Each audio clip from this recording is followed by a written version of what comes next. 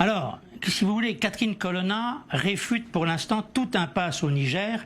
Elle soutient la CEDEAO pour restaurer l'ordre constitutionnel et le retour au pouvoir de Mohamed Bazoum, ce qui me paraît fort improbable.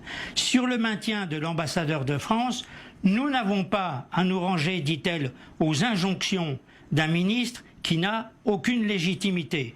Quant à la présence de 1500 militaires français, elle rappelle que les troupes sont là, à la demande des autorités du Niger, pour les appuyer contre les djihadistes. Elle déplore aujourd'hui l'arrêt de ces opérations.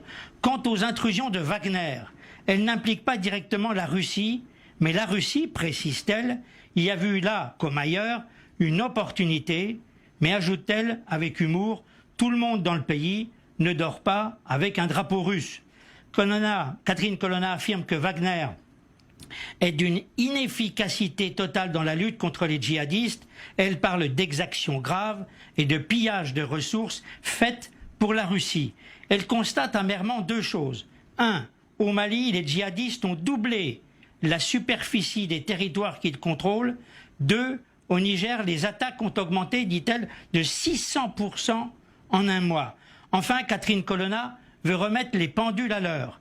La ligne de la France, déclare-t-elle, est d'être à l'écoute des Africains et pas de décider à leur place. Et en guise de conclusion, elle assène « La France-Afrique est morte depuis longtemps ».